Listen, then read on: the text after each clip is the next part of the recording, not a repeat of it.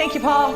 Catching breast cancer early is the best way to get it treated and cured. And now the U.S. Preventive Services Task Force is lowering the age for women of average risk to start getting mammograms. Dr. Lisa Larkin is the founder of Ms. Medicine. She's also a breast cancer survivor and advocate. So good to see you back here, Dr. Larkin. Been a while. Thank you so much for having me. So why was it so important to get this lowered from 50 to 40?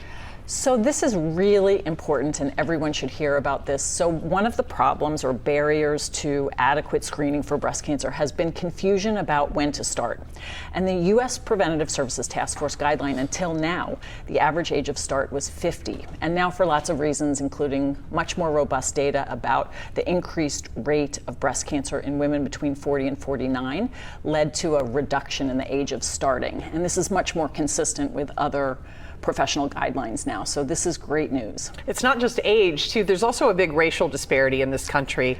A lot more black women die from breast cancer than white women. So that's absolutely true. And that's one of the important reasons for lowering this guideline, which is we know that African American women are often diagnosed at later stage, and they do have higher mortality, and they're often more likely to have triple negative, which is that bad type of, more aggressive, typically type of breast cancer.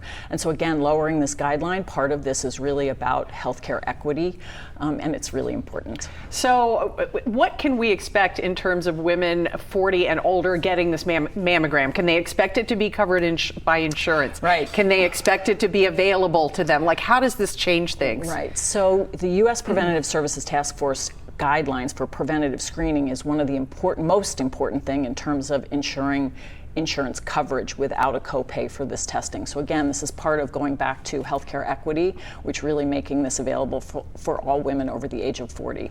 How does prevention and treatment of breast cancer need to change, in your opinion? Right. So this is one of the big things still with guidelines, which is this has largely been age-based, right? So it's still age-based, which is 40 and above to get screening mammograms yearly or every other year, depending on which guideline you're following.